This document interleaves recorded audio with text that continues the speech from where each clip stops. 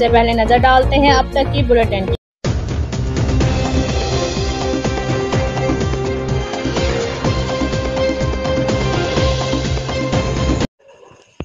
अब रुख करते हैं ओकाड़ा का, जहाड़ा में गुटखा बेचने वालों के खिलाफ पंजाब फूड अथॉरिटी की बड़ी कार्रवाई।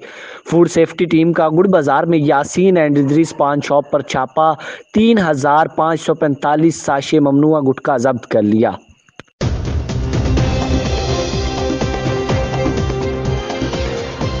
पान शॉप मालिकान के खिलाफ एफआईआर दर्ज, एक शख्स को गिरफ्तार कर लिया गया। कार्रवाई विजिलेंस विंग की खुफिया इतला पर की गई। भारी मिकदार में गुटखा खुफिया जगह पर छुपा कर रखा गया था। फूड सेफ्टी टीम ने मौका पर पहुंचकर हजारों साशे ममनुआ गुटखा बरामद कर लिया।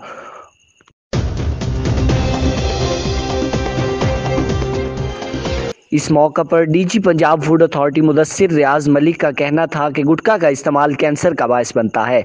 उनका मजीद कहना था कि कीमती इंसानी जानों से खिलवाड़ हरगिज बर्दाश्त नहीं किया जाएगा।